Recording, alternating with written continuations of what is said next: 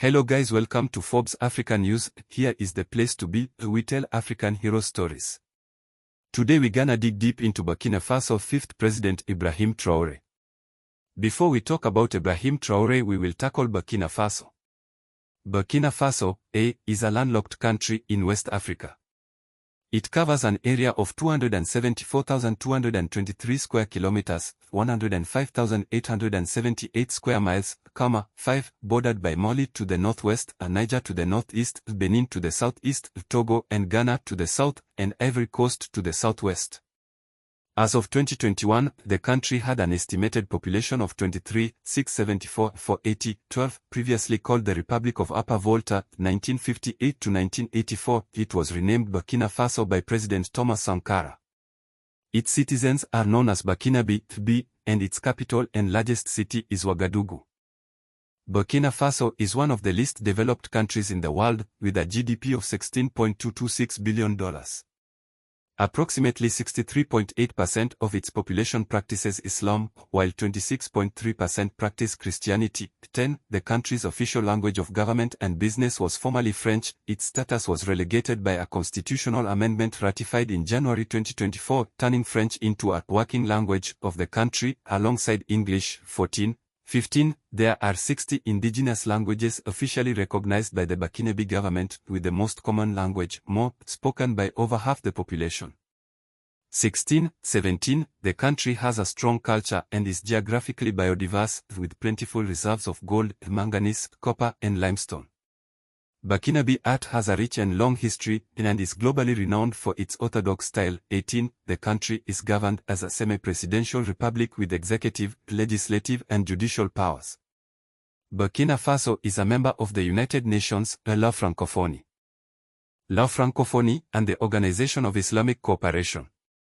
It is currently suspended from ECOWAS and the African Union. Ibrahim Traoré's early life in military, rise to power, presidency, and so on. Rise to power.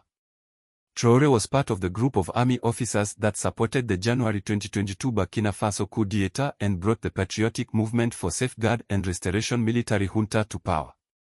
From March 2022, he served as the head of an artillery regiment in Kaya. On September 30, 2022, Captain Ibrahim Traoré led a military coup in Burkina Faso, overthrowing the government of Paul-Henri Sandaogo Damiba. On October 21, 2022, Traoré was sworn in as transitional president and head of state of Burkina Faso. He was also appointed Supreme Chief of the Burkinabe Armed Forces. He is the youngest head of state in the world. The country's ECOWAS withdrawal is a major setback for an already difficult transition from coup state to constitutional rule. Leaders of Burkina Faso's two coups in 2022 both cited insecurity and various forms of misgovernance as reasons for their military takeovers. Both promised to restore constitutional order by June 2024, as agreed in the Economic Community of West African States, ECOWAS, Coordinated Transitional Framework. Captain Ibrahim Traoré, who led the second coup and is the country's interim president, committed to fighting terrorism and respecting ECOWAS transition timetable. But Burkina Faso, along with neighbors Mali and Niger, countries that also experienced coups in the past few years, have given notice of their immediate withdrawal from ECOWAS. That decision adds to doubts about Burkina Faso's ability to meet its transition deadlines. The updated October 14, 2022 transitional roadmap set out four main objectives for the new regime. Traoré's first commitment was to fight terrorism and restore the country's territorial integrity. The government reorganized the defense and security forces, acquired new military equipment and recruited about 10,000 army and navy officials. The hiring of 90,000 volunteers for the defense of the homeland received mixed responses from the army and the public due to concerns over their training, supervision, and long-term prospects, all of which could worsen insecurity. Government also created the Patriotic Support Fund to boost citizen engagement with security efforts. The initiative received funding from multinationals, including mining companies. The last of Traoré's pledges was to supervise the holding of elections to restore constitutional and democratic rule. With barely 5 months until the end of the transition, there's a lack of urgency on this score. In a state TV interview last September, Traoré said his priority was addressing insecurity and safeguarding the nation, not elections. This raised concerns among political parties that polls would be delayed, especially since the technical preparations haven't started. The poor security situation could also offer a pretext to postpone the elections indefinitely. The ECOWAS withdrawal adds to these fears, considering that the election deadline was agreed with the regional body. It is also worrying that political parties complain about a lack of dialogue and have called for an end to the suspension of their activities. Civil society has denounced the repressive use of the April 2023 General Mobilization Act, and several of its representatives who criticized the government's security choices have been forced to join the volunteers for the defense of the homeland. There are also allegations of abuses by defense force members, which the authorities deny. Government says it is controlling communication as part of its measures to defeat jihadist groups. But the authorities shouldn't ignore calls for a more consensual approach that protects civilians, especially when national cohesion is vital for security and durable state governance. Beyond these concerns, the country has drawn further away from erstwhile international allies. Although Traoré has maintained a veil of secrecy over his alliances, the steady increase in Russian soldiers on missions, the landing of Russian aircraft, and a visit to the Kremlin in July 2023 suggest new links with Russia. These ties were forged shortly after French operations in Burkina Faso ended. On August 6, 2023, France suspended development and budgetary aid to the country after the junta supported Niger's coup leaders. In response, Burkina's government denounced the double taxation treaty with France, and Air France suspended all flights to and from Ouagadougou and Bamako. All these challenges provide lessons for countries in transition after military coups. Electoral and institutional reforms are vital to fortify the political landscape. And civil society organizations have a key role in countering the misinformation and disinformation that undermines democracy. The space for civic action and digital communication education is, however, limited in the current political environment, and CISOs will need to strategize around this. Lastly, ECOWAS should review its protocols on democracy and good governance so that the bloc can tackle contemporary challenges. Shortcomings such as the absence of term limits have been identified. The protocol has been used for over 2 decades, and the rise of coups and unconstitutional changes of government and the recent withdrawals suggest that reforms are vital. The major challenges facing Burkina Faso's transition are exacerbated by its decision to exit ECOWAS. The withdrawal questions not only the junta's commitment to holding elections by June 2024 but also the entire transition process. The decision, together with internal conflicts, escalating security concerns and diplomatic shifts, underscore the fragility of Burkina Faso's transition. Dialogue is urgently needed on the withdrawal and the transition timetable. Ibrahim Traoré was born in 1988 in Bondikwe, Burkina Faso. He attended primary school in his hometown and secondary school in Bobo Dioulasso, Burkina Faso's second-largest city. In 2006, he entered the University of Ouagadougou, graduating in 2009 with honors. Dakar, October 3, Reuters, as a heavily armed convoy drove through a cheering crowd in Burkina Faso's capital on Sunday morning, the boyish face of the country's latest military ruler, Captain Ibrahim Traoré, emerged from the turret of an armored personnel carrier. Sporting fatigues and a red beret, the 34-year-old smiled and raised his thumb as onlookers welcomed him, some by waving Russian flags. Traoré, a relatively low-ranking officer who days earlier was running an artillery regiment in a small northern town, has been catapulted onto the world stage since he and a group of soldiers overthrew President Paul-Henri Damiba in a September 30 coup. Little is known about Traoré and his colleagues, who since Friday have delivered statements on national television brandishing guns, ammunition belts and masks. They face gigantic challenges to alleviate hardship in one of the world's poorest countries where drought, food shortages, and creaking health and education systems provide daily challenges for millions. Yet the initial focus has been conflict and politics. In an interview with Radio France International on Monday, Traoré, the career soldier who has fought on the front lines against Islamist militants in the north, insisted he would not be in charge for long. A national conference will appoint a new interim ruler by the end of the year. That leader, who could be civilian or military, will honor an agreement with West Africa's regional bloc and oversee a return to civilian rule by 2024, he said. Later in 2009, he enlisted in the Burkinabe army. He quickly impressed his superiors and was sent for anti-aircraft training in Morocco. In 2014 he was promoted to lieutenant. In 2018 Traoré served with the United Nations peacekeeping forces in northern Mali. He participated in several counter-insurgency operations against militant Islamists and ethnic insurgents. He was commended for showing bravery in these encounters by his superiors.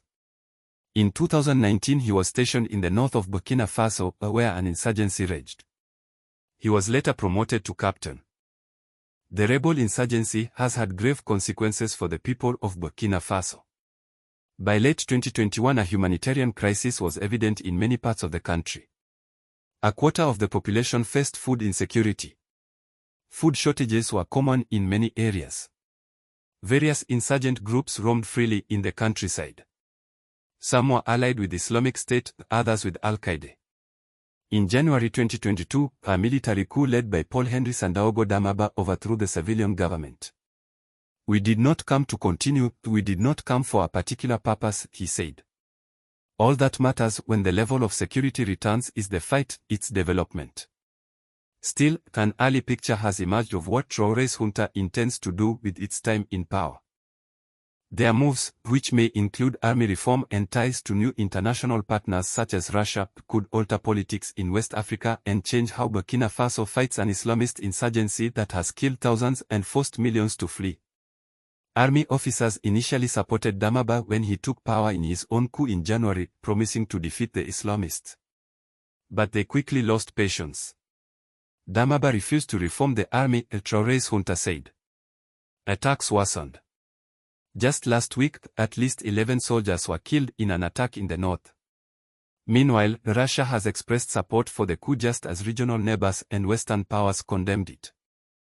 "I salute and support Captain Ibrahim Traoré," read a statement from Russian businessman Yevgeny Prigozhin, founder of private military company Wagner Group, which has operations across Africa, including in Burkina Faso's neighbor Mali. Under the new government, little improvement was seen by many members of the military. Those stationed in remote areas often did not receive their pay on time. In mid-September 2022, 11 soldiers were killed in the north of the country by insurgents. This sparked rage among many soldiers. Traoré rallied the soldiers and led a coup against Damiba, who fled the country. Traoré was installed as transitional president and promised elections in 2024 or sooner. In the immediate aftermath of the coup, anti-French and Western sentiments were voiced by many coup supporters. Others voiced pro-Russian opinions. ECOWAS, an organization of West African states, condemned the coup but took little action against the new government. Ties with Russia. Ties with Russia will put a further strain on relations with former colonial power France, which has provided military support in recent years but has become the target of pro-Russian protests. Its embassy in Ouagadougou was attacked in the aftermath of Friday's coup. Read more. Wagner's entry into Mali last year spelled the end to France's decade-long mission to contain Islamists linked to Al-Qaeda and Islamic State who have since spread into Burkina Faso. Wagner and the Malian army have since been accused by rights groups and witnesses of widespread abuses, including the killing of hundreds of civilians in the town of Mora in March. Burkina Faso's new leaders on Saturday stoked anti-French rioting when they said in a statement on television that France had sheltered Damiba at a military base and that he was planning a counter-offensive. Traoré is on a crash course in diplomacy. He downplayed the link between Damiba and EFA. The French Foreign Ministry denied the base had hosted Damiba. Anse Ran called an end to the protests. About ties with Russia, he was vague. "There are many partners. France is a partner. There is no particular target," he told RFI. Meanwhile, he must juggle everyday problems. On Sunday, he arrived in military fatigues to a meeting with ministerial officials which was streamed online. Can the junta guarantee the safety of schools that reopen this week? They asked their new leader. What is being done about a tender for a railway link to Ghana? Traoré, who had to consult with advisors, did not have all the answers. Traoré's politics remain unclear, except for being pro-military and anti-insurgent. Traoré has not released any details about his personal life. Subjects: African Head of State, a Global African History, People. Terms: 21st century, 2000, today, Africa, Morocco, Africa Burkina Faso, military conflict, coup, political leader president, head, Burkina Faso. In April, he declared a general mobilization of the population to support the military as rebel forces continued to increase the rate of their attacks. 17. Traoré publicly pledged to reconquer all rebel-held areas and that there would be no negotiations until the insurgency had been greatly weakened. 2. In the following month, Traoré questioned the planned restoration of democracy for 2024, stating that elections could not be held unless the insurgents were pushed back and the security situation had been improved. 18. On September 26, 2023, dissatisfied elements of the military unsuccessfully attempted to overthrow Traoré. 19. The Patriotic Movement for Safeguard and Restoration in May 2024 extended the military rule in Burkina Faso by 5 years, while also allowing Traoré to contest the next presidential elections. 20. As president, Traoré maintained his enigmatic and very formal behavior for which he had already been known before rising to power. He kept a tight control on his communication and carefully tried to present himself as a proper war leader, possibly to avoid the poor public image of his predecessors. His presidency has also seen an increase of pro-government propaganda in Burkinabe traditional media and social media. Politically, Le Monde journalist Sophie Daus described Traoré as influenced by Marxism and Pan-Africanism. Thank you for listening to us. Subscribe for more.